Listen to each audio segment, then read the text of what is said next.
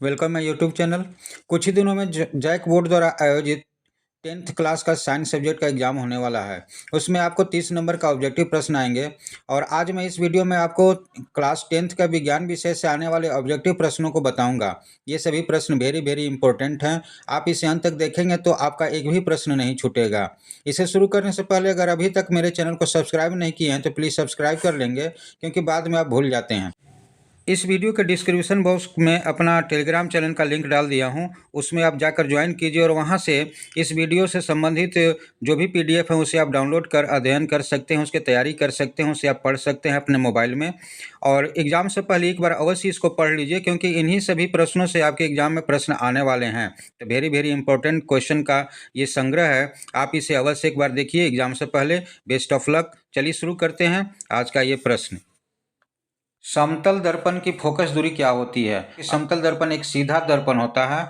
इसमें ये अनंत, इसमें कहीं फोकस दूरी नहीं होता है, तो फोकस दूरी क्या क्या होगा इसका? अनंत हो जाएगा। तो समतल दर्पण में फोकस दूरी क्या होगा? अनंत होगा। इसका ऑप्शन क्या हो जाएगा सही? बी ऑप्शन सही होगा। ठीक है। दूसरा सवाल है कि किसी वस्तु का अवतल दर्पण द्वारा वास्तविक, उल्टा और समान आकार के प्रतिबिंब बनता है, तो वस्तु की स्थिति क्या है? वस्तु की स्थिति क्या होगा?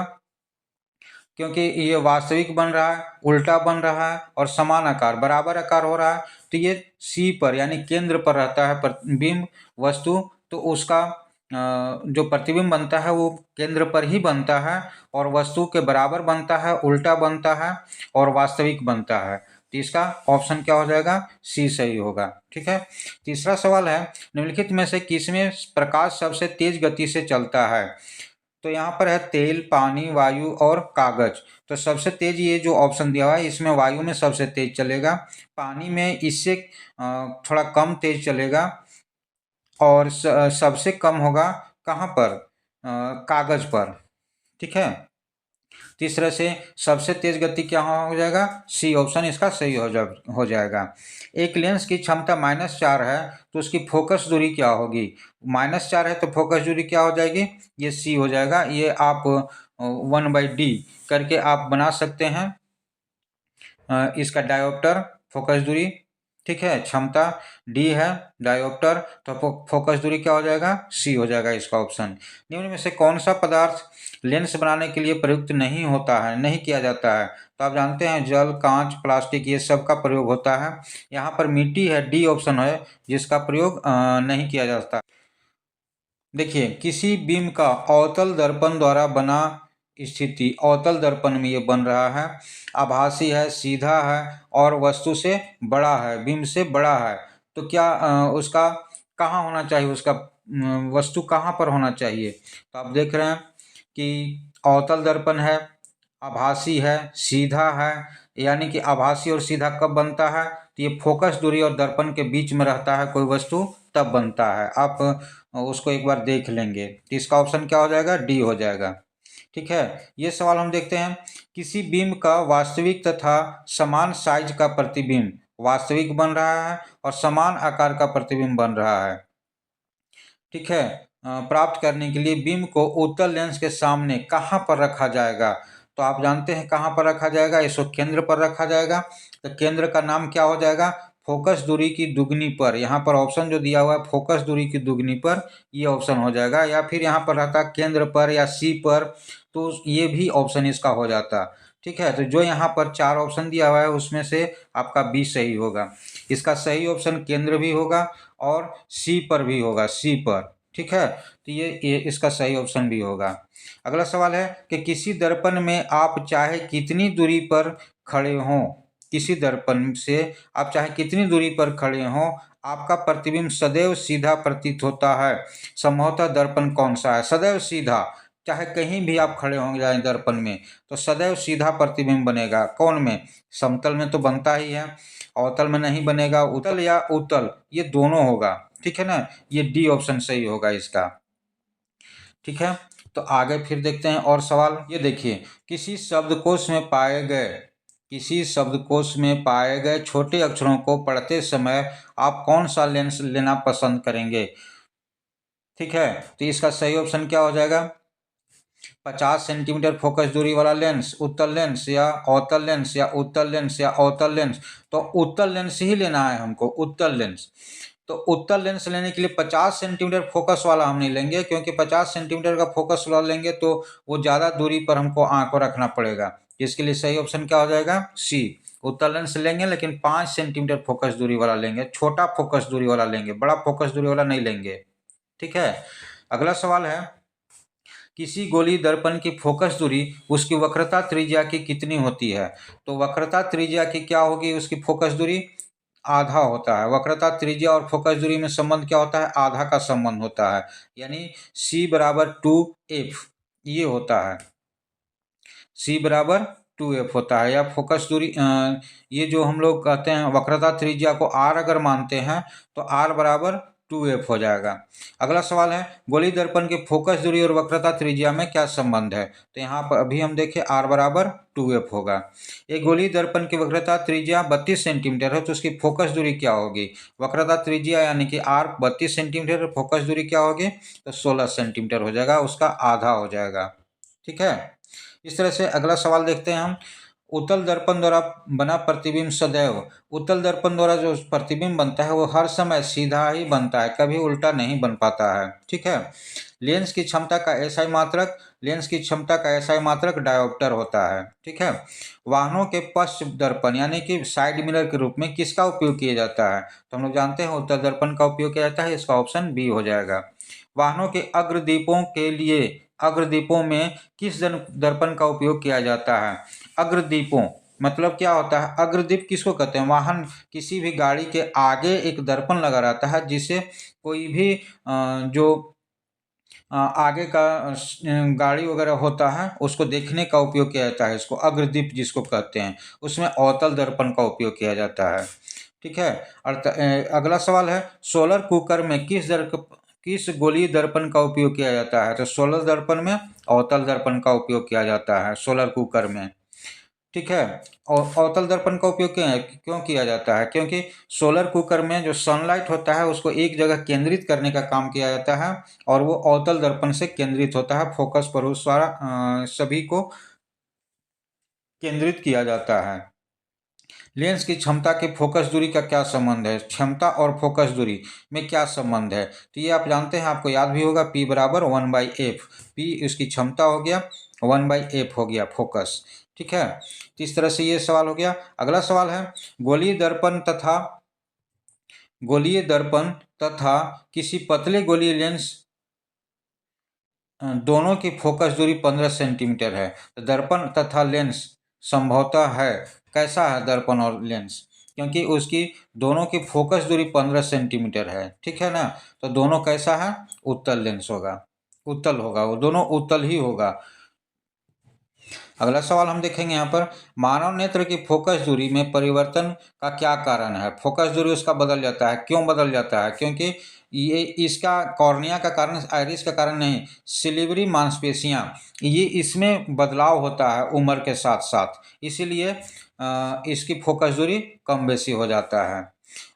दूरदृष्टि दोष को क्या कहते हैं? दूरदृष्टि दोष को हाइपरमेट्रोपिया भी कहते हैं, निकट दृष्टि दोष को मायोपिया कहते हैं। तो इस तरह से ये दोनों ऑप्शन को याद रखेंगे, निकट दृष्टि दोष और दूरदृष्टि दोष को क्या क्या कहते हैं, अंग्रेजी में इसका नाम है। तो दूरदृष्टि दोष को क्या कहेंगे? हाइपरमेट्रोपिया। ठीक है। मानव नेत्र के किस प्रकार का लेंस लगा रहता है? मानव नेत्र में किस प्रकार का लेंस लगा रहता है? उत्तल लेंस लगा रहता है। आंख के रंगीन भाग को क्या कहते हैं? आइरिस कहते हैं। ठीक है। मानव नेत्र के जिस भाग पर किसी वस्तु का प्रतिबिंब बनता है उसको क्या कहते हैं? तो उसको हम लोग दृष्टि पटल कहते हैं। कॉर्निया आगे होता है, परिधिका बीच में होता है और पुतली आगे होता है आंख के। दृष्टि पटल सबसे पीछे होता है जिस पर प्रतिबिंब बनता है। ठीक है। मानव नेत्र के लिए निकटतम बिंदु क्या है? मानव नेत्र के लिए निकटतम बिंदु, देखने का निकटतम बिंदु क्या है? तो ये सब 25 सेंटीमीटर है ना, 25 सेंटीमीटर, ये 25 मीटर को हम नहीं लगा देंगे, 25 सेंटीमीटर इसका होगा। नेत्र द्वारा किसी वस्तु का कौन सा प्रतिबिंब बनता है? किसी वस्तु का कैसा प्रतिबिंब बनता है? नेत्र द्वारा। तो इसका वास्तविक एवं उल्टा प्रतिबिंब बनता है, याद रखेंगे इसको। आभासी नहीं, काल्पनिक नहीं बनता है, वास्तविक बनता है और उल्टा बनता है। ए ऑप्शन हो जाएगा इसका सही। ठीक है। मानव नेत्र की समान दृष्टि के लिए दूर बिंदु कितनी दूरी पर होती है? दूर बिंदु निकट बिंदु तो 25 सेंटीमीटर होता है। देखिए यहाँ पर आप देखे थे सवाल कि निकट बिंदु 25 सेंटीमीटर का होता है, लेकिन दूर बिंदु तो दूर बिंदु अनंत पर होता है। इसके लिए कोई सीमा नहीं है, कहीं से भी हम देखते हैं। ठीक है। अगला सवाल है कि नेत्र में प्रवेश करने वाले प्रकाश की मात्रा को कौन नियंत्रित करता है? नेत्र में प्रवेश करने वाले प्रकाश की मात्रा को कौन नियंत्रित करता है? तो ये पुतली, ये कम बेसी होता है, छोटा बड़ा होता है और इसकी प्रकाश की मात्रा को नियंत्रित करता है, ज़्यादा प्रकाश अंदर नहीं जाने देता है। तो याद रखेंगे इसको। ठीक है। निकट दृष्टि दोष को किस लेंस से दूर किया जा सकता है? निकट दृष्टि दोष को आप देखेंगे, निकट दृष्टि दोष को अवतल लेंस द्वारा किया जाता है। आप याद रखना है इसको, ये एग्जाम में बार बार आता रहता है। निकट दृष्टि दोष और दूर दृष्टि दोष। निकट दृष्टि दोष में अवतल लेंस, दूर दृष्टि दोष में उत्तल लेंस, इसका उपयोग किया जाता है। जरा दृष्टि दोष में किस प्रकार का लेंस का प्रयोग किया जाता है? जरा दृष्टि दोष में तो यहाँ पर ऑप्शन आपका हो जाएगा बाईफोकल लेंस, बेलनाकार नहीं, बाईफोकल लेंस हो जाएगा इसका ऑप्शन। ठीक है। तो निकट दृष्टि दोष, दूर दृष्टि दोष, निकट दृष्टि दोष में अवतल लेंस, दूर दृष्टि दोष में उत्तल लेंस और जरा दृष्टि दोष में बाईफोकल लेंस का उपयोग करते हैं हम लोग। ठीक है, इसका उपयोग होता है। इंद्रधनुष बनने का क्या कारण है? इंद्रधनुष क्यों बनता है? तो ये वर्ण विक्षेपण के कारण बनता है इंद्रधनुष। याद रखेंगे इसको कि इंद्रधनुष जो बनता है वर्ण विक्षेपण के कारण बनता है। तारे का टिमटिमाना प्रकाश के किस घटना को दर्शाता है? तारा टिमटिमाता है, ये क्यों टिमटिमाता है तारा? इसका सही ऑप्शन होगा प्रकाश का अपवर्तन। प्रकाश के अपवर्तन के कारण तारा टिमटिमाते हुए नजर आते हैं। आकाश का रंग नीला क्यों दिखाई पड़ता है? इसका कारण क्या है? तो प्रकाश का प्रकीर्णन। ठीक है। तो तारे का टिमटिमाना, आकाश का नीला रंग दिखाई पड़ना, ये प्रकीर्णन के कारण होता है, प्रकाश के प्रकीर्णन के कारण। ठीक है। आगे है खतरे का निशान के रूप में हम किस रंग का प्रयोग करते हैं? लाल रंग का प्रयोग करते हैं, क्योंकि इसका तरंगदैर्ध्य बहुत अधिक होता है और इसलिए इसका ये दूर से ही दिखाई पड़ने लगता है लाल रंग, तो इसलिए इसका प्रयोग किया जाता है, लाल रंग का प्रयोग किया जाता है खतरे के निशान के रूप में। अगला क्वेश्चन हम देखते हैं। प्रतिरोध का एसआई मात्रक क्या होता है? प्रतिरोध का एसआई मात्रक आप याद किए होंगे, ओम होता है।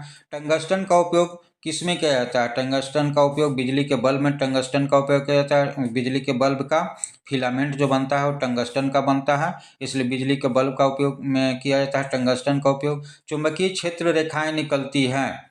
चुंबकीय क्षेत्र रेखाएं कहाँ से निकलती है? तो उत्तरी ध्रुव से निकलता है। ठीक है। विद्युत धारा का एसआई मात्रक क्या होता है? विद्युत धारा का एसआई मात्रक एम्पियर होता है। निम्नलिखित में से कौन सा पद विद्युत परिपथ में विद्युत की शक्ति का निरूपण करता है? शक्ति। ठीक है। तो V²/R, ये हो जाएगा डी, उसका ऑप्शन हो जाएगा, सही ऑप्शन हो जाएगा। अगला सवाल है, निम्नलिखित में से कौन किसी लंबे विद्युत धारावाही तार के निकट चुंबकीय क्षेत्र का सही वर्णन करता है? तो इसका सही ऑप्शन हो जाएगा चुंबकीय क्षेत्र के सकेंद्रीय क्षेत्र रेखाओं का केंद्र तार होता है। ठीक है। तो इसका सही ऑप्शन डी हो जाएगा। अगला सवाल देखते हैं हम लोग, विद्युत चुंबकीय प्रेरण की घटना। विद्युत चुंबकीय प्रेरण की घटना, तो इसका सही ऑप्शन क्या हो जाएगा? क्या है घटना? किसी वस्तु को आवेशित करने की प्रक्रिया, ये नहीं हो जाएगा। किसी भी कुंडली में विद्युत धारा प्रवाहित होने के कारण चुंबकीय क्षेत्र उत्पन्न की प्रक्रिया, ये नहीं होगा। ये हो जाएगा सी ऑप्शन सही कि कुंडली तथा चुंबक के बीच अपेक्षित गति के कुंडली में प्रेरित विद्युत धारा उत्पन्न करना है। ठीक है। विद्युत चुंबकीय प्रेरण क्या है? तो कुंडली तथा चुंबक के बीच अपेक्षित गति की कुंडली में प्रेरित विद्युत धारा उत्पन्न करना है। अगला सवाल है, विद्युत धारा उत्पन्न करने की युक्ति को क्या कहते हैं? विद्युत धारा उत्पन्न करने की युक्ति, इसी को जनित्र कहते हैं, यानी जनरेटर कहते हैं। विद्युत धारा उत्पन्न करने की युक्ति को जनरेटर कहते हैं।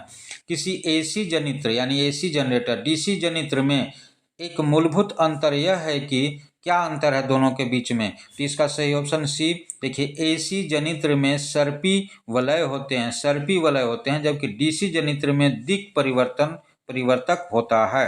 ठीक है, इसको याद रखेंगे।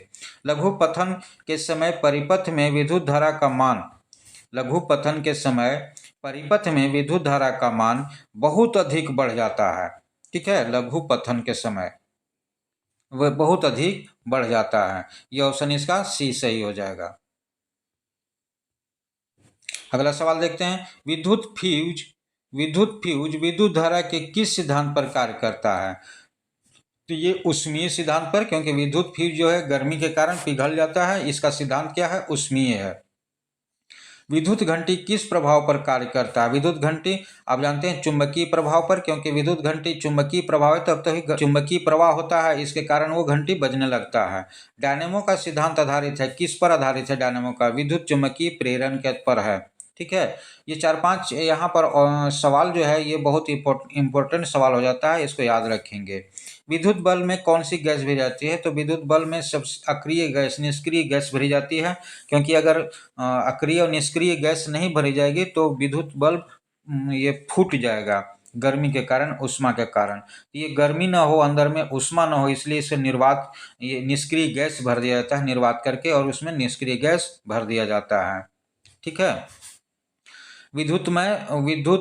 विद्युन्मय तार किस रंग का होता है? विद्युन्मय तार किस रंग का होता है? ये लाल रंग का होता है।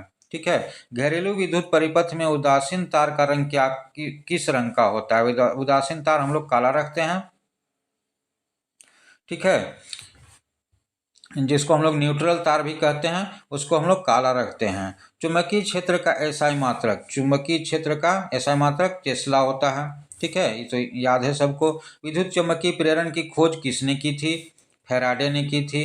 चुंबकीय क्षेत्र के प्रभाव में विद्युत धारा क्या होता है? तो चालक पर बल उत्पन्न होता है, विद्युत धारा द्वारा चालक पर बल उत्पन्न होता है। विद्युत द्वारा धारावाही चालक पर लगाए गए बल की दिशा ज्ञात की जाती है। दिशा ज्ञात करने का जो नियम है वो फ्लेमिंग के वाम हस्त नियम से करते हैं हम लोग, ओम के नियम से नहीं या मैक्सवेल के नियम से नहीं, फ्लेमिंग के वाम हस्त के नियम से। ठीक है, इसका ऑप्शन ए हो जाएगा। अगला सवाल है, निम्नलिखित में से कौन सा हमारे लिए ऊर्जा का स्रोत है? तो हमारे लिए ऊर्जा का स्रोत एलपीजी नहीं है, परमाणु नहीं, हमारे लिए ऊर्जा का स्रोत सौर ऊर्जा हो जाएगा। ठीक है, ये हो जाएगा सही ऑप्शन, सौर ऊर्जा। अगला सवाल है, निम्नलिखित में से कौन नवीकरणीय स्रोत नहीं है? नवीकरणीय स्रोत नहीं है। देखिए, सौर ऊर्जा नवीकरणीय स्रोत, पवन ऊर्जा नवीकरणीय स्रोत, जल ऊर्जा नवीकरणीय स्रोत, लेकिन कोयला एक बार जल गया तो खत्म, तो नवीकरणीय स्रोत नहीं है कोयला। अगला सवाल, गर्म जल प्राप्त करने के लिए हम सौर ऊर्जा का उपयोग किस दिन नहीं कर सकते? तो किस दिन नहीं कर सकते? धूप वाले दिन, गर्म दिन, पवनों वाला दिन, बादलों वाला दिन। तो क्योंकि देखिए, सौर ऊर्जा से बादल वाला दिन में सौर ऊर्जा हमारे पास नहीं पहुंच पाएगा, इसलिए बादल वाले दिन में हम लोग नहीं कर पाएंगे। ठीक है, तो इसका ऑप्शन हो जाएगा बी सही हो जाएगा। अगला सवाल है, निम्न में से कौन जैव मात्रा ऊर्जा स्रोत का उदाहरण नहीं है? तो ऊर्जा स्रोत का उदाहरण लिखिए, लकड़ी से, गोबर से, कोयला से, सबसे हम लोग ऊर्जा स्रोत ले सकते हैं। कि नाभिकीय ऊर्जा, ये नाभिकीय विखंडन, इससे हम लोग को ऊर्जा प्राप्त नहीं होता है, इससे हम लोग को ऊर्जा प्राप्त नहीं हो पाता है। अगला सवाल है, जितने ऊर्जा स्रोत हम उपयोग में लाते हैं उनमें से अधिकांश सौर ऊर्जा को निरूपित करते हैं। निम्नलिखित में से कौन सा ऊर्जा स्रोत अंततः सौर ऊर्जा से व्युत्पन्न नहीं है? सौर ऊर्जा से कौन नहीं है? तो आप जान रहे हैं, पवन ऊर्जा, विद्युत भूतापीय ऊर्जा, जैव ऊर्जा, ये नाभिकीय ऊर्जा सौर ऊर्जा से नहीं मिलता है। सौर सेल बनाने के लिए किस तत्व का उपयोग किया जाता है? तो सिलिकॉन का, ये तो सिलिकॉन वैली आप नाम भी सुने होंगे। ठीक है, सौर सेल बनाने के लिए किस तत्व का उपयोग किया जाता है? सिलिकॉन का उपयोग किया जाता है। अगला सवाल है, यूरेनियम से प्राप्त ऊर्जा नाभिकीय ऊर्जा है। निम्नलिखित में से कौन सी ऊर्जा समुद्र से प्राप्त नहीं होती है? समुद्र से प्राप्त नहीं होती है, भूतापीय ऊर्जा। ठीक है, ये ज्वारीय ऊर्जा, तरंग ऊर्जा, महासागरीय ऊर्जा सभी समुद्र से प्राप्त होता है। भूतापीय ऊर्जा समुद्र से प्राप्त नहीं होता, ये भूमि से प्राप्त होता है।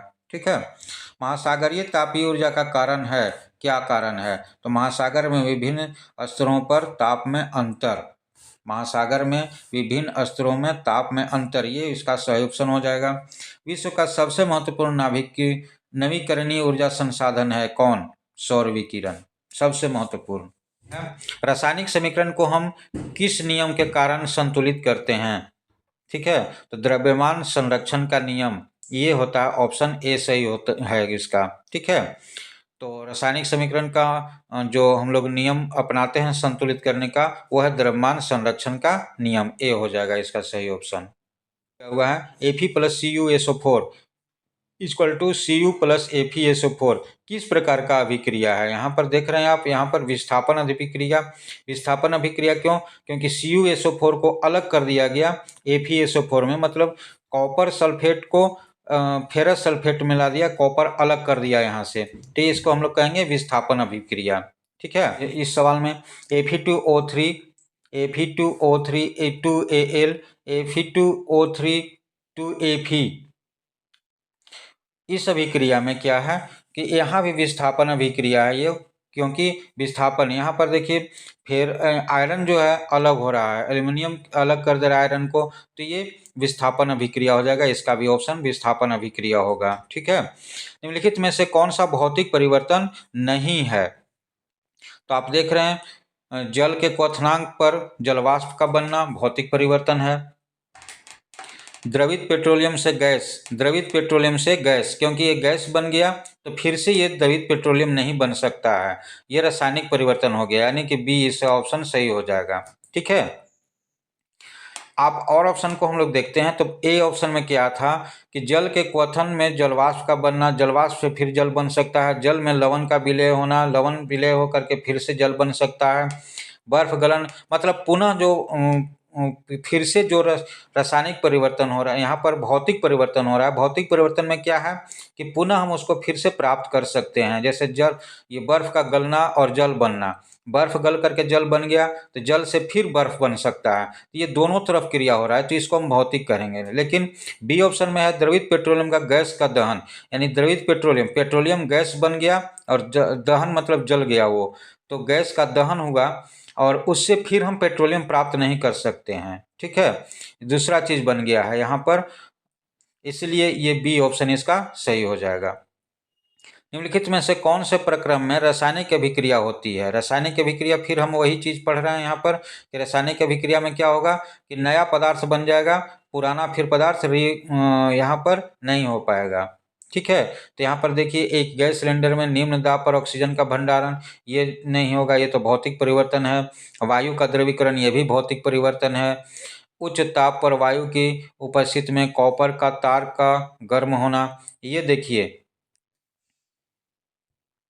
ये क्या हुआ, उच्च ताप पर वायु की उपस्थिति में कॉपर तार को गर्म होना, वायु की उपस्थिति में कॉपर तार गर्म होकर के दूसरा चीज बन जा रहा है, तो ये सी ऑप्शन इसका सही होगा। ठीक है, अगला सवाल है जल का विद्युत अपघटन एक अपघटन अभिक्रिया है। जल के विद्युत अपघटन में मुक्त हुई हाइड्रोजन और ऑक्सीजन गैस का मोलर अनुपात है। मोलर अनुपात क्या हो जाएगा इसका? H2O, देखिए हाइड्रोजन डाइऑक्स, यहाँ पर H2O होता है जल के लिए, तो ये 2:1 ये हो गया। ठीक है, अगला सवाल है मैग्नीशियम ऑक्साइड का रासायनिक सूत्र क्या होता है? क्या है मैग्नीशियम ऑक्साइड? MgO। ठीक है, MgO मैग्नीशियम ऑक्साइड कौन सा रासायनिक अभिक्रिया का उदाहरण है? रासायनिक अभिक्रिया फिर यहाँ पर आ गया है दही का बनना, दही का बनना, क्योंकि यहाँ पर दही बन जाएगा, एक बार अगर दही बन गया, एक बार अगर दही बन गया तो पुनः वो हम लोग दही दूध नहीं बना सकते हैं। भोजन का टूटना, भोजन एक बार पच गया बन गया दूसरा चीज तो फिर से भोजन नहीं बनता है। किण्वन अंगूर, इसी तरह से किण्विन अंगूर, उपरोक्त सभी, मतलब यहाँ पर क्या हो जाएगा, डी ऑप्शन इसका सही हो जाएगा। सभी में रासायनिक अभिक्रिया हो रहा है, किसी में भौतिक अभिक्रिया नहीं हो रहा है। अगला सवाल देखिए एच आयन की सांद्रता किस पदार्थ में सबसे अधिक होगी? हाइड्रोजन आयन की सांद्रता किस में सबसे अधिक होगी? तो जठर रस में सबसे अधिक होती है, ये हम लोग जानते ही हैं, नींबू, शुद्ध जल, ये सब नहीं, जठर रस में। अगला सवाल है पदार्थ A, B, C तथा D का pH मान क्रमशः 5, 8, 10, 13 है, तो कौन अम्लीय है, सबसे अम्लीय कौन हो जाएगा, तो जिसका पीएच मान कम होता है वो अम्लीय होता है, जिसका पीएच मान अधिक होता है वो क्षारीय होता है। तो यहाँ ऑप्शन क्या हो जाएगा, ए हो जाएगा। निम्न में से किस लवण का उपयोग सोडा जल अग्निशामक में किया जाता है, तो यहाँ पर सोडियम कार्बोनेट, सोडियम बाइकार्बोनेट, ठीक है, तो ये बी हो जाएगा, इसका ऑप्शन सही हो जाएगा। निम्नलिखित में से कौन उभयधर्मी ऑक्साइड है, तो उभयधर्मी ऑक्साइड कौन है, Al2O3 है। निम्नलिखित में से कौन असंतृप्त हाइड्रोकार्बन समूह है, असंतृप्त एल्डिहाइड, ये तो आप बहुत अच्छी तरह से याद किए होंगे। HCHO में कौन प्रकार्यात्मक समूह है, प्रकार्यात्मक समूह, यहाँ भी एल्डिहाइड हो जाएगा, ठीक है। निम्नलिखित में दिए गए तत्वों में किस तत्व में संयोजी इलेक्ट्रॉन की संख्या लिथियम के बराबर होगी, तो लिथियम के बराबर, लिथियम कितना होता है, लिथियम के बराबर होगी, इसका सही ऑप्शन हो जाएगा पोटेशियम। कोई विलयन लाल लिटमस को नीला कर देता है तो पीएच संभवतः क्या होगा, इसका पीएच हो जाएगा 6 से अधिक, ठीक है, यानी कि क्षार। तो लाल लिटमस को नीला कर देता है तो वो क्षार होगा, और क्षार का मान क्या हो जाएगा, तो 6 से अधिक होगा, यानी कि 10 होगा। तो ये डी ऑप्शन हो जाएगा, ठीक है। यहाँ पर 1, 4, 5 जो अम्लीय है तो ये नहीं हो जाएगा, इसका ऑप्शन क्षार होगा। कोई विलयन अंडे से के पीसे हुए कवच से अभिक्रिया कर एक गैस उत्पन्न करता है जो चूने के पानी को दूधिया कर देता है, इस विलयन में क्या होगा, तो HCl होगा, ठीक है। अगला सवाल है NaOH का 10 ml विलयन HCl के 8 ml विलयन से पूर्णतः उदासीन हो जाता है।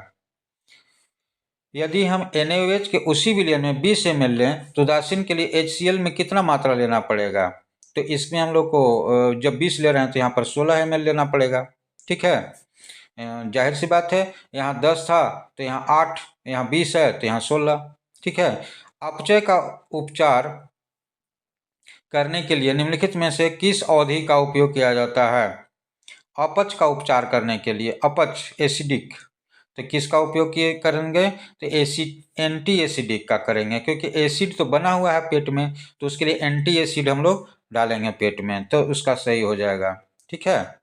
अगला सवाल है प्लास्टर ऑफ पेरिस किसके द्वारा कठोर होता है, वहाँ पर प्लास्टर ऑफ पेरिस में हम पानी जब हम डालते हैं तो पानी का संयोजन होता है, उसके द्वारा कठोर होता है।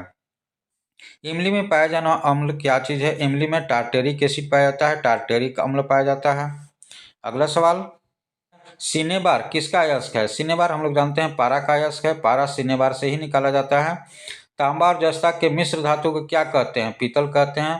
तांबा और टिन के मिश्र धातु को हम लोग कांसा कहते हैं। निम्नलिखित में किसे चाकू से काटा जाता है, तो इसे लिथियम को चाकू से काटा जाता है, ठीक है। और सोडियम को भी चाकू से काटा जाता है, यहाँ सोडियम नहीं है लिथियम है, तो लिथियम पर हम ऑप्शन मारेंगे। कौन सा धातु कमरे के तापमान पर द्रव में पाया जाता है, तो ये पारा द्रव का मात्रा रूप में पाया जाता है कमरे के तापमान में। कौन सा अधातु कमरे के तापमान में द्रव के रूप में पाया जाता है, तो ये देखिए यहाँ पर धातु कौन सा धातु था, तो ये पारा धातु है, लेकिन यहाँ पर नहीं, अधातु जब दिया हुआ रहेगा तो आप ध्यान देंगे यहाँ पर पारा अधातु नहीं है, ये धातु है, इसका ऑप्शन यहाँ नहीं मार देंगे हम लोग, यहाँ पर ब्रोमीन को मारेंगे, ठीक है। ए सबसे कठोर तत्व कौन है, तो हीरा सबसे कठोर तत्व है। वह कौन सा अधातु है जो विद्युत का सुचालक होता है, विद्युत का सुचालक ग्रेफाइट होता है, हम लोग पढ़े भी हैं, विद्युत का सुचालक अधातु है और विद्युत का सुचालक भी है, तो ग्रेफाइट है। एक धातु जिसमें चमक होती है, इसका सही ऑप्शन आयोडीन, इसमें चमक होती है और ये अधातु है। इनमें से कौन ठंडे जल के साथ तेजी से भी क्रिया करता है, बी सोडियम इसका आंसर हो जाएगा, ठीक है। जल के साथ तेजी से अभिक्रिया करता है, ठीक है। सोडियम को हम लोग पानी में डाल देते हैं तो ये जलने लगता है। लोहा पर जिंक की परत चढ़ाने की विधि को हम लोग क्या कहते हैं, तो यसद लेपन, जिसको हम लोग अंग्रेजी में कहते हैं है गैल्वेनाइजेशन है, यसद लेपन, ठीक है। कौन सा धातु हथेली पर रखने से पिघलने लगती है, तो ये गैलियम पिघलने लगेगा, हथेली पर रखते हैं और पिघलने लगेगा। सर्वाधिक तन्य धातु सोना है, ठीक है, जिसे हम लोग पीट पीट करके बहुत लंबा पतला बना सकते हैं, सबसे तन्य धातु है। अगला है, निम्नलिखित में से किस धातु को केरोसिन में डुबा करके रखा जाता है, क्योंकि इसको हम लोग हवा में या पानी में नहीं रख सकते हैं, उसको केरोसिन में डुबा करके रखते हैं, सोडियम को। ठीक है, वह परमाणु जो अपने संयोजी इलेक्ट्रॉन त्याग आसानी से कर देता है उसको हम लोग क्या कहते हैं, तो विद्युत धनात्मक कहते हैं, क्योंकि उसके पास इलेक्ट्रॉन त्यागता है तो उसको हम लोग धनात्मक कहते हैं। ठीक है, खनिजों से संबंधित अशुद्धियों को सामूहिक रूप से क्या कहते हैं, सामूहिक रूप से क्या कहते हैं, ग्रेग। एल्केन का सामान्य सूत्र, एल्केन का, तो एल्केन है ना, एल्केन का सामान्य सूत्र CnH2n+2, तो ये हो जाएगा इसका बी ऑप्शन सही। एल्किन का सामान्य सूत्र, एल्किन का तो CnH2n। ठीक है, एल्काइन का सामान्य सूत्र तो CnH2n-2। ठीक है, तो आप देखेंगे एल्केन का CnH2n+2, CnH2n है तो एल्किन है और एल्काइन है, मतलब एल्केन एल्किन एल्काइन सब में से दो दो घटते जाएगा।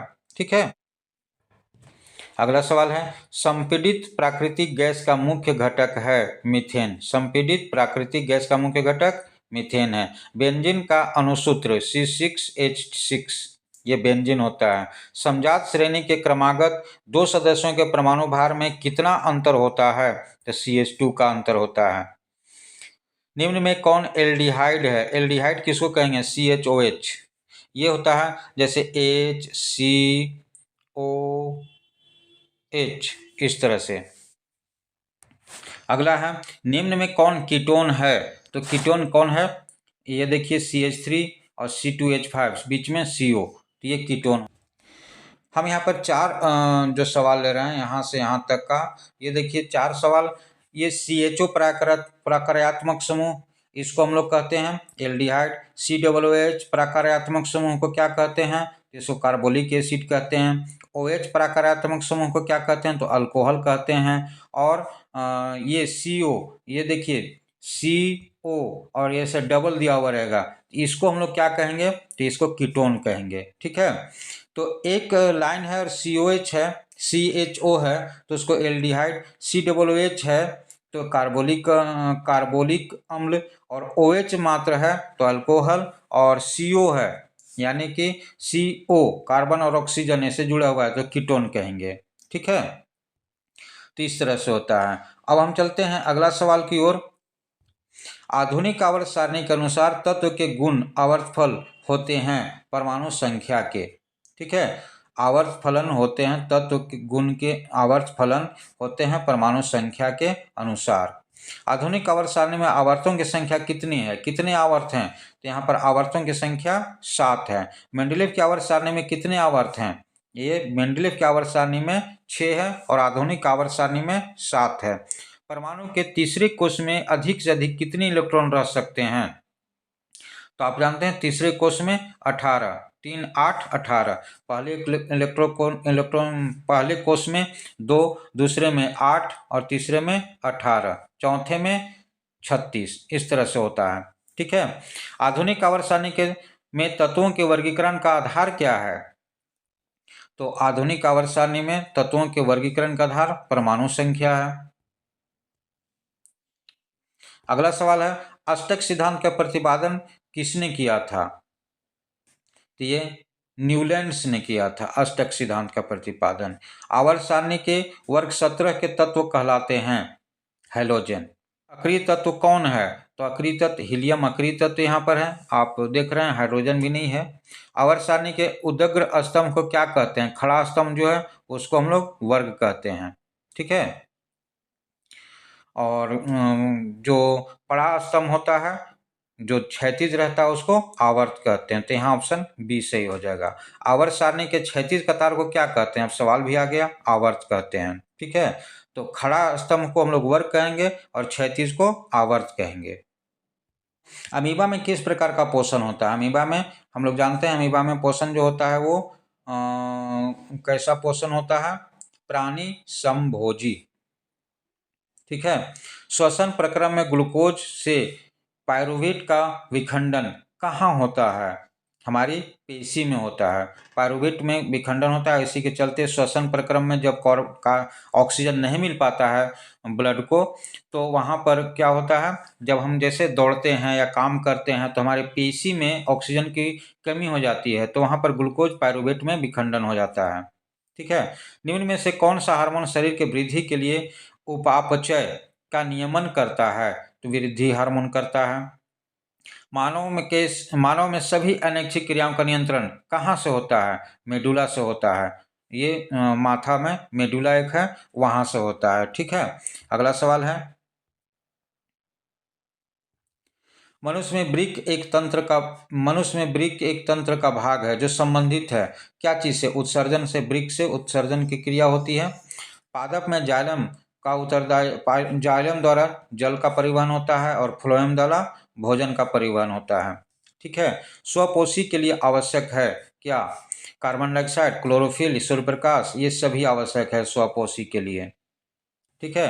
पायरुवेट के विखंडन से कार्बन डाइऑक्साइड जल तथा ऊर्जा देता है। यह क्रिया कहाँ होता है? तो ये क्रिया कहाँ होता है? माइटोकॉन्ड्रिया में होता है। ठीक है। कोशिका द्रव, हरित लवक, केंद्रक, माइटोकॉन्ड्रिया, तो ये कहाँ होगा? माइटोकॉन्ड्रिया में होगा। अगला सवाल है कि क्षुद्रांत में प्रोटीन का पाचन किस एंजाइम के द्वारा होता है? क्षुद्रांत में ट्रिप्सिन के द्वारा होता है। श्वसन की प्रक्रिया के दौरान प्रथम चरण में ग्लूकोज कोशिका द्रव में 3 कार्बन अणु में विखंडित होता है। उस अणु का नाम लिखें। उस अणु का नाम पायरुवेट। ठीक है। मनुष्य का हृदय कितने कोष्ठ में बटा हुआ रहता है? तो ये 4 कोष्ठ में बटा रहता है। पादप में फ्लोएम उत्तरदायी है भोजन परिवहन के लिए, अभी हम लोग देख लिए हैं। अगला सवाल है, मानव रक्त में उपस्थित यूरिया की मात्रा कितनी होती है? सामान्य मात्रा कितनी होती है? 20 मिलीग्राम होती है। क्लोरोफिल में। मैग्नीशियम कहाँ पाया जाता है? क्लोरोफिल में पाया जाता है। प्रकाश संश्लेषण द्वारा किसकी प्राप्ति होती है? हम लोग जानते ही हैं, ग्लूकोज की। मत्स्य का मुख्य श्वसन, यानी कि मछली वगैरह का मुख्य श्वसन अंग कौन है? तो इसका गिल्स। मछली वगैरह जो भी है, जो पानी में रहता है, उसको वो इसका मुख्य श्वसन अंग गिल्स है। अगला सवाल है, रेजिन एवं गोंद कहाँ संचित होते हैं? तो ये पुराने जाइलम में होते हैं। जाइलम में निम्नलिखित में कौन उत्सर्जी अंग है? उत्सर्जी अंग ब्रिक उत्सर्जी अंग है। निम्नलिखित में कौन सा पादप हार्मोन है? तो ये साइटोकाइनिन पादप हार्मोन है। इंसुलिन, थायरोक्सिन, एस्ट्रोजन, ये सब मनुष्य में पाया जाता है। साइटोकाइनिन पादप हार्मोन है। दो तंत्रिका कोशिकाओं के मध्य खाली स्थान को कहते हैं साइनेप्स। ठीक है। मस्तिष्क उत्तरदायी है किसके लिए? मस्तिष्क में क्या होता है? तो सोचने के लिए उत्तरदायी है, हृदय स्पंदन के लिए है, शरीर के संतुलन बनाने के लिए होता है। ये उपरोक्त सभी, इसका सही ऑप्शन क्या हो जाएगा? डी। हार्मोन स्रावित होता है कहाँ से? अंतःस्रावी ग्रंथि से होता है। हार्मोन स्रावी होता है अंतःस्रावी ग्रंथि से। ग्वाइटर था घेघा रोग पनपता है किसकी कमी से? तो हम लोग जानते हैं आयोडीन की कमी से घेघा रोग होता है। ठीक है। अगला सवाल है, कौन सा पादप नियंत्रण फल बेचने वालों द्वारा उपयोग में किया जाता है? कौन सा पादप नियंत्रक फल बेचने द्वारा उपयोग में किया जाता है? तो इथाइलिन। ठीक है, इथाइलिन का। निम्नलिखित में से कौन सी एक अंतःस्रावी बाह्यस्रावी ग्रंथि 2 प्रकार की होती है? अग्न्याशय। यहाँ पर अंतःस्रावी और बाह्यस्रावी दोनों प्रकार का स्राव होता है। मानव में डायलिसिस थैली किसको कहते हैं? तो नेफ्रॉन को कहते हैं। भोजन का पचना किस प्रकार की अभिक्रिया है? उपचयन अभिक्रिया है। ठीक है, उपचयन अभिक्रिया। भोजन का पचना उपचयन अभिक्रिया है। थायरॉक्सिन हार्मोन के संश्लेषण के लिए कौन सा तत्व आवश्यक है? तो थायरॉक्सिन के लिए आयोडीन आवश्यक है, नहीं तो फिर यही घेघारों का कारण बन जाता है। वृद्धि हार्मोन का स्राव किस ग्रंथि से होता है? पीयूष ग्रंथि से होता है। ठीक है।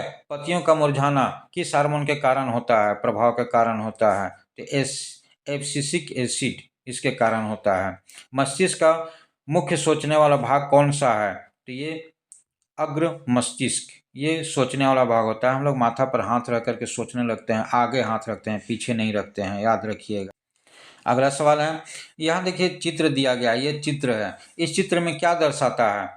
किस प्रकार के जनन को दर्शा रहा है? ये किस प्रकार के जनन को दर्शा रहा है? देखिए यहाँ ये है, यहाँ पर टूट गया 3 भाग में। ठीक है, और तीन तीन अलग अलग बन गया। तो इस तरह के जो बना तीन भाग में टूट करके, इसको हम लोग कहते हैं पुनरुद्भवन। ठीक है, तो ये पुनरुद्भवन को दिखा रहा है। मनुष्य में निषेचन कहाँ होता है? आप जानते हैं निषेचन कहाँ होता है? अंडवाहिका में।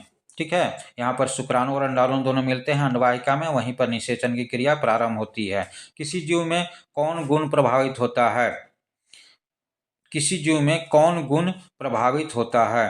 तो आप देखेंगे केवल पिता का डीएनए, केवल माता का डीएनए, माता और पिता दोनों का डीएनए, तो ये दोनों का डीएनए प्रभावित होता है।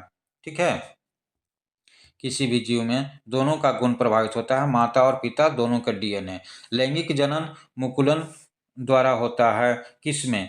मुकुलन द्वारा लैंगिक जन्म किस में होता है? तो ये ईस्ट में होता है, मुकुलन द्वारा। मुकुलन क्या होता है कि एक ऐसे पौधा है, यहाँ पर ऐसे मुकुल हो गया और यहाँ से फिर ये कट करके नीचे गिर गया, एक नया पौधा का जन्म हो गया, तो इसी को कहते हैं मुकुलन। ये मुकुलन क्या किस में होता है? ईस्ट में होता है। निम्न में से कौन मानव में मादा जनन तंत्र का भाग नहीं है? ये देखिए, मादा जनन तंत्र का अंडाशय मादा जनन है, गर्भाशय मादा जनन है, डिंब वाहिनी मादा जनन है, ये शुक्राणु, ये पुरुष जनन का मतलब नर जनन अंग है, इसलिए शुक्रवाहिका इसका आंसर सही ऑप्शन इसका हो जाएगा शुक्रवाहिका। पराग कोश में होते हैं क्या चीज? पराग कोश में क्या होते हैं? तो परागकण होते हैं। ठीक है, प्लेनेरिया में किस विधि से विभाजन होता है? पुनरुद्भवन द्वारा होता है प्लेनेरिया में। निम्नलिखित में से कौन एक लिंगी पुष्प का उदाहरण है? एक लिंगी पुष्प का पपीता। देखिए सरसों, सूरजमुखी, हिबिस्कुस। देखिए पपीता जो आप लोग के अगल बगल पाया जाता है, केवल एक पपीता रहेगा तो वो फुला जाएगा, फलेगा नहीं, या फिर उसमें फूल भर लग जाएगा और फल नहीं लगेगा। जब तक दो पपीता आपस में एक साथ नहीं रहेंगे तब तक उसमें फल नहीं लगेगा, तो एक लिंगी होता है पपीता। इसलिए यहाँ पर एक लिंगी पुष्प का उदाहरण कौन सा पौधा हो जाएगा? पपीता हो जाएगा। ठीक है, अगला सवाल है, पराग कणों के पुंकेसर से वर्तिकाग्र तक स्थानांतरण की प्रक्रिया को क्या कहते हैं? तो ये परागन कहेंगे। ठीक है, पराग पुंकेसर से पराग कणों के पुंकेसर से वर्तिकाग्र तक स्थानांतरण, ये परागन होगा। एक हार्मोन का नाम लिखिए जो लड़कों में यौनावस्था के लक्षणों को नियंत्रित करता है। तो ये क्या हो जाएगा? टेस्टोस्टेरोन लड़कों में पाया जाता है, प्रोजेस्टेरोन लड़का में नहीं पाया जाता है, थायरोक्सिन ये तो गला में पाया जाता है, एंड्रोस्ट्रोजन लड़की में पाया जाता है। तो ये क्या हो जाएगा? टेस्टोस्टेरोन। एक ऐसे जीव का नाम बताएं जिसमें बहुखंडन विधि से प्रजनन होता है। तो प्लाज्मोडियम। बहुखंडन विधि से मतलब जहीं तहीं टूट जाएगा और नया नया जीव उत्पन्न हो जाएगा। ब्रायोफिलम में अलैंगिक जनन की विधि, ब्रायोफिलन में अलैंगिक जनन की किस विधि द्वारा प्रजनन होता है? यहाँ पर सही ऑप्शन हो जाएगा कायिक प्रवर्धन द्वारा। ठीक है, अगला सवाल है, जब एक पुष्प के परागकण दूसरे पुष्प के वर्तिकाग्र तक स्थानांतरित होते हैं तो उसको हम लोग कहते हैं पर परागकण, पर परागन। ठीक है, निम्नलिखित इनमें से कौन स्त्री केसर का भाग नहीं है? स्त्री केसर का भाग नहीं है, तो ये देखिए वर्तिकाग्र, वर्तिका, अंडाशय ये सब स्त्री केसर में पाया जाता है, परागकोश नहीं पाया जाता है, परागकोश नहीं होता है। जो जनन कोशिका अपेक्षाकृत बड़ी होती है और जिसमें भोजन का भंडारण और संचयन होता है उसको हम लोग मादा युग्मक कहते हैं। ठीक है, इस सवाल को ध्यान से देखेंगे। मेंडल के एक प्रयोग में लंबे मटर के में पौधे जिनका बैंगनी पुष्प थे का संस्करण बौने पौधे के जिसमें सफेद पुष्प से कराया गया। उनकी संतति के पौधे सभी पौधों में पुष्प बैंगनी रंग के थे, परंतु उनमें से लगभग आधे बौने थे। इसे क्या कहा जा सकता है? वे लंबे जनक पौधे अनुवांशिक संरचना क्या थी? तो इसमें ये वाला जो ऑप्शन आता है TTWW, ये ऑप्शन सही होगा। आप ध्यान से देख लेंगे इसको। ठीक है, अगला सवाल है, समजात अंगों का उदाहरण है। समजात अंगों का उदाहरण क्या है? तो इसका सही ऑप्शन हो जाएगा हमारा हाथ तथा कुत्ते के अग्रपाद, ये समजात अंग है। हमारे दांत तथा हाथी के दांत समजात अंग है। आलू एवं घास की ऊपरी भुवस्तरी, ये समझा सभी, ये सभी हो जाएंगे इसके समजात अंगों के उदाहरण।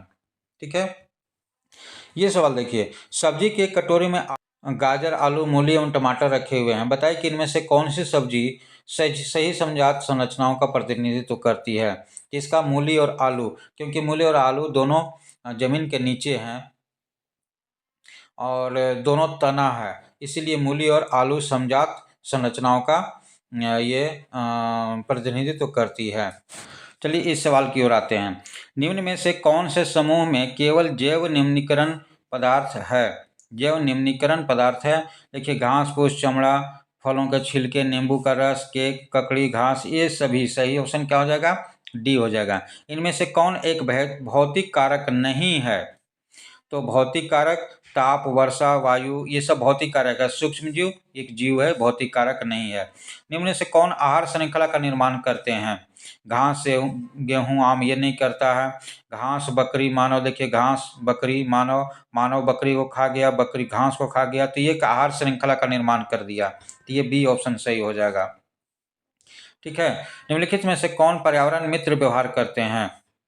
पर्यावरण मित्र व्यवहार कहलाते हैं। बाजार जाते समय सामान के लिए कपड़े का थैला ले जाना, कार्य समाप्त हो जाने पर लाइट तथा पंखे को स्विच ऑफ कर देना, स्कूटर पर जाने के बजाय विद्यालय, ये सभी हो जाएगा, सभी ऑप्शन सही हो जाएगा। सी, टी, ए, बी, सी तीनों सही होगा इसका आंसर। ठीक है। अगला सवाल है, निम्न में से कौन अजैव निम्नीकरण पदार्थ हैं? अजैव निम्नीकरण पदार्थ हैं। कौन अजैव निम्नीकरण पदार्थ है? तो प्लास्टिक अजैव निम्नीकरण पदार्थ है। ठीक है। एक पारितंत्र में निम्नलिखित में कौन शामिल होता है? पारितंत्र में कौन शामिल है? जीवधारी और निर्जीव दोनों शामिल होता है पारितंत्र में, सभी कोई शामिल होते हैं, मतलब कहने का होता है। किसी आहार श्रृंखला में अजैव निम्नीकरण पीड़कनाशियों का प्रत्येक उच्चतर पोषी स्तर पर बढ़ती हुई मात्रा में एकत्रित होते जाना क्या कहलाता है? जैव आवर्धन। इसका सही ऑप्शन क्या हो जाएगा? जैव आवर्धन। अगला सवाल, निम्न में कौन एक प्राथमिक उपभोक्ता है? प्राथमिक उपभोक्ता किसको कहेंगे? हिरण को। हिरण को कहेंगे, ये प्राथमिक उपभोक्ता है। ठीक है। हिरण घास को खा रहा है, तो घास उत्पादक हो गया, और प्राथमिक उपभोक्ता कौन हो गया? हिरण हो गया।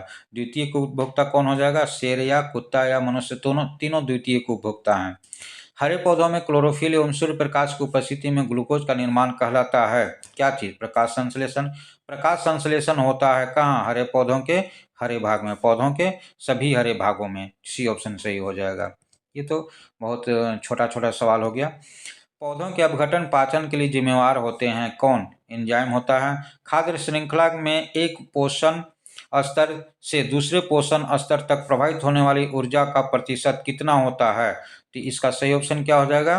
बी। ये आप पढ़े होंगे, खाद्य श्रृंखला में एक पोषण स्तर से दूसरे पोषण स्तर तक प्रभावित होने वाली ऊर्जा प्रतिशत 10% होता है। ठीक है, याद रखेंगे इसको। अगला सवाल है, चिपको आंदोलन का प्रमुख उद्देश्य क्या था? चिपको आंदोलन किस लिए हुआ था? जंगल को कटने से बचाने के लिए। चिपको आंदोलन के नेतृत्व कौन किए थे? सुंदरलाल बहुगुणा किए थे। निम्न में से कौन सा बड़े बांध निर्माण के लिए लाभदायक नहीं है? तो इसका सही ऑप्शन हो जाएगा, कौन सा बड़े बांध बनाने का लाभ नहीं है? जल भंडारण लाभ है, विद्युत उत्पादन लाभ होता है, अधिक जल खपत करने वाली फसलों के विविधता में उपयोग होता है। इसमें ये हो जाएगा जैव विविधता में कमी। ये नहीं होता, जैव विविधता में बढ़ोतरी होती है बांध बनने से, तो सी ऑप्शन इसका हो जाएगा। ठीक है। अगला सवाल है, जीवाश्म ईंधन के अपूर्ण दहन से उत्पन्न अत्यधिक विषैला उत्पाद क्या है? तो कार्बन मोनोऑक्साइड, इसका सही ऑप्शन हो जाएगा। खादिन पाए जाते हैं, खादिन कहाँ? राजस्थान में पाए जाते हैं, एक जनजाति है। गंगा एक्शन प्लान कब शुरू हुआ? गंगा एक्शन प्लान 1950 ईस्वी में। बेतला राष्ट्रीय उद्यान किस राज्य में अवस्थित है? हम लोग जानते हैं कहाँ पर है से, यह झारखंड में है। ठीक है। सरदार सरोवर बांध किस नदी पर बनाया गया है? सरदार सरोवर बांध नर्मदा नदी पर। टिहरी बांध किस नदी पर है? गंगा नदी पर है। चिपको आंदोलन कब प्रारंभ हुआ? सुंदरलाल बहुगुणा द्वारा 1970 में शुरू किया गया था। चिपको आंदोलन का संबंध गढ़वाल के किस गांव से है? तो ये रैनी गांव से है, गढ़वाल के रैनी गांव से, जहां पर सुंदरलाल बहुगुणा के निवास स्थान है। बिश्नोई लोग किस वृक्ष के संरक्षण के लिए प्रसिद्ध हैं? ये खेजड़ी वृक्ष। ठीक है, बिश्नोई लोग किस वृक्ष का संरक्षण कर रहे हैं? खेजड़ी वृक्ष का। अगला सवाल है, जैव विविधता के विशिष्ट स्थल क्या है? ये जंगल, विशिष्ट स्थल जंगल। ठीक है, जैव विविधता का विशिष्ट स्थल क्या है? जंगल है। इस प्रकार से अभी हम लोग विज्ञान के पूरे पाठ को देखे और सारे ऑब्जेक्टिव क्वेश्चन को हल किए हैं। इस तरह से आप सभी क्वेश्चन को देख लेंगे और इससे आपको बहुत एग्जाम में आने वाले हैं, बहुत ही इंपॉर्टेंट क्वेश्चन सभी हैं।